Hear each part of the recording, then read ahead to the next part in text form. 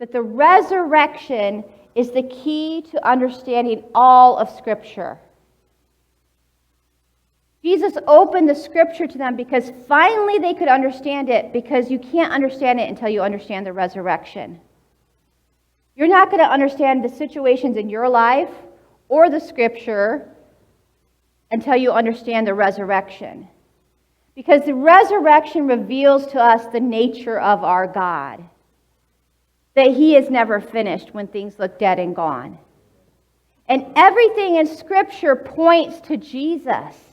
Now, it's kind of like when you buy a new car and then all of a sudden you see that car everywhere else where people are driving it, you know? It's kind of like that, where once you realize what Jesus has done, that He died to save us and that He was raised from the dead, you see it over and over and over again in Scripture. You see it way back with Adam, where Eve is cursed, but God says, the serpent will strike your heel, but you're going to crush his head. Your offspring will crush his head. Oh, that sounds like Jesus. You see it in the story of Cain and Abel, where Abel's blood cries out for justice. And then Seth is given. Seth is the one that is the promised son that becomes like his father. It says, finally, it's said of Seth that he was created, that he was in the image of his father. Finally, that image is getting passed down from father to son, right? And you see that as Jesus' blood was the one that brought us into true sonship with God.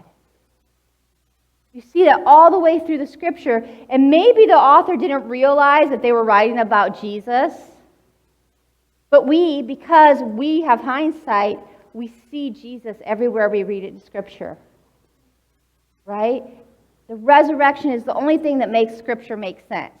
And that's why it says that when Moses is read to those who are just of the Jewish faith, that there's a veil over their eyes. Because until you believe in Jesus, until you believe in the resurrection, you can't really understand the Scripture.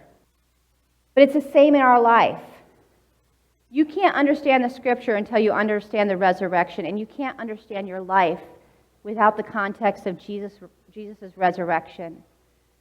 We know, because He was raised from the dead, that He is alive and with us.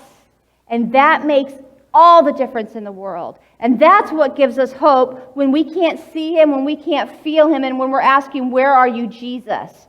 We can remember, you were raised from the dead. You are not dead. Why look for the living among the dead?